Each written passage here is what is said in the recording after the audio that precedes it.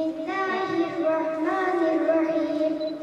Âmener rasûlü bimâ unzile ileyhi min rabbihi vel mu'minûn ve melâiketihi ve kutubihi ve rusulihi ve kâlû semi'nâ ve ata'nâ gufrâneke rabbanâ ve ileykel masîr. Rabbena la tuâkhizna in nesînâ ev ahtâna. Gerekirse o vatan haini olur. Vazifenin sonunda şehadet de var Ömer. Hakkını bana helal et. Bir aslanın karşısında duran çakallar gibiydiler ve saldırdılar.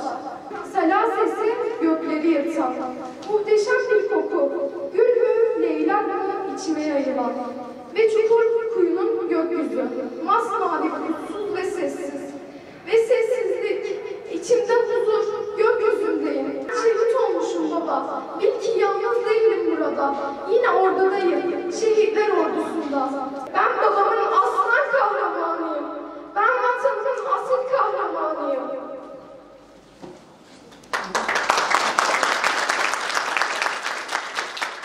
Hep beraber yaşadık bu vatan toprağında.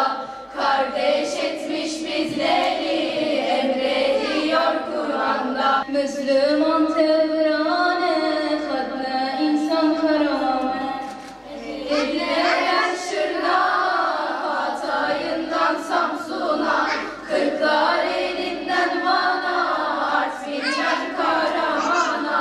Ortağız bir namusa, yaslanmışız sırt sırta. Babamın sözü bana, elletme vatanına.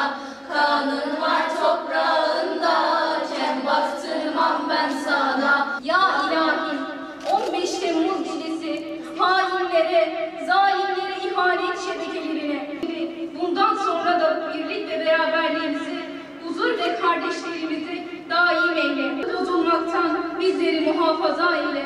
Amin. Yaşadığımız bu menşum hadiseden ders alarak milletçe birbirimize kenetlenmemizi lütfeyle Allah'ım. Amin. Birbirimizin varlığını, kendi varlığımızı, hukukunu, kendi hukukumuz sayabilmeyi bizlere bahşeyle Allah'ım. El Fatiha.